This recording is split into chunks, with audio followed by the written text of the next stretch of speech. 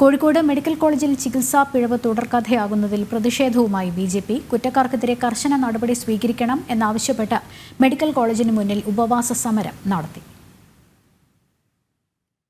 ചികിത്സാ പിഴവുകളും പരാതികളും ആവർത്തിക്കുന്ന സാഹചര്യത്തിലാണ് സമരം ശക്തമാക്കാൻ ബിജെപി തീരുമാനിച്ചത്.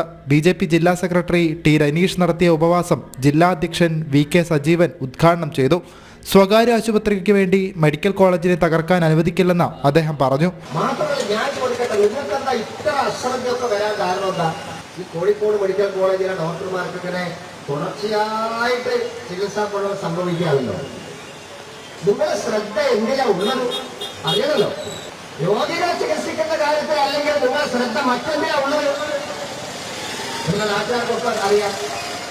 നമ്മുടെ രോഗികൾ വരുമ്പോൾ അവരെ എങ്ങനെ വീട്ടിൽ വരുത്തിയിട്ട് ഈ സാധനം മേടിക്കാം എന്നതിനെ കുറിച്ചാണ് ഡോക്ടറുടെ ഒരു ചിന്ത പോകുന്നത്. സാധാരണക്കാരായ രോഗികളോട് ആശുപത്രി അധികൃതർ കാണിക്കുന്നത് കൊടും ക്രൂരതയാണെന്ന് ടി രനീഷ് പറഞ്ഞു. പാലക്കാട് മുതൽ കാസർഗോഡ് വരെയുള്ള സാധാരണക്കാരായ ജനങ്ങളുടെ ആശ്രയ കേന്ദ്രമാണ് കോഴിക്കോട് മെഡിക്കൽ കോളേജ്.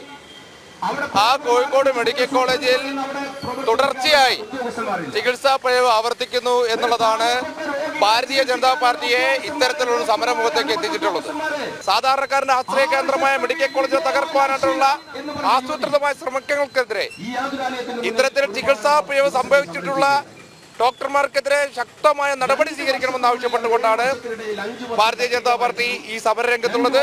ചികിത്സാ പിഴവിലടക്കം കുറ്റക്കാർക്കെതിരെ ശക്തമായ നടപടി വേണമെന്ന് ബിജെപി ആവശ്യപ്പെട്ടു. ഡോക്ടർമാരും ആശുപത്രി അധികൃതരും അനാസ്ഥ തുടർന്നാൽ ബിജെപി പ്രതിഷേധം ശക്തമാക്കുമെന്നും നേതൃത്വം വ്യക്തമാക്കി. ജനം, കോഴിക്കോട്.